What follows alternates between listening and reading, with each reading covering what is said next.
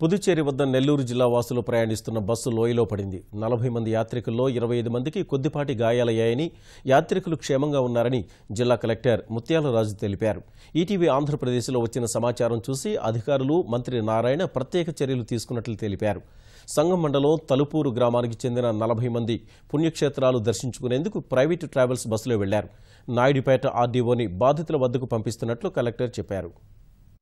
మందిని మన Pondicherry institute of medical సైన్స్లో జాయిన్ చేయడం జరిగింది. ఒక 10 మందినేమో గవర్నమెంట్ హాస్పిటల్లో జాయిన్ చేశారు. ఒక 20 నుంచి 22 మంది మధ్యలో అక్కడ బస్సు దగ్గరే ఉన్నట్టుగా మనకి ఇన్ఫర్మేషన్ వచ్చింది.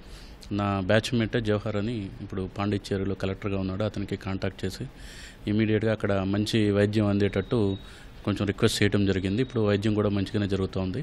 హాస్పిటల్లో జాయిన్ అయిన దానిలో 9 మందిలో ఒకరికి మాత్రం చెయ్యి ఇరిగినట్టుగా మనకి ఇన్ఫర్మేషన్ వస్తుంది. మిగతా వాళ్ళందరికీ కూడా పరిస్థితి బాగానే ఉంది. హౌఎవర్ వాళ్ళు ఇంకా యాక్చువల్గా వాళ్ళు నాగపట్నం వెళ్దామనేసి ఒక టూర్కి ఒక బస్సు మాట్లాడుకోవడం జరిగింది. ఇప్పుడు నాగపట్నం వెళ్తారా లేదంటే బ్యాక్ ఎవరైనా వచ్చే వాళ్ళు ఉంటే వాళ్ళని బ్యాక్ తీసుకురావడానికి మన ఆంధ్రప్రదేశ్ ప్రభుత్వం తరఫున చర్యలు తీసుకోవటం ఉంటుంది.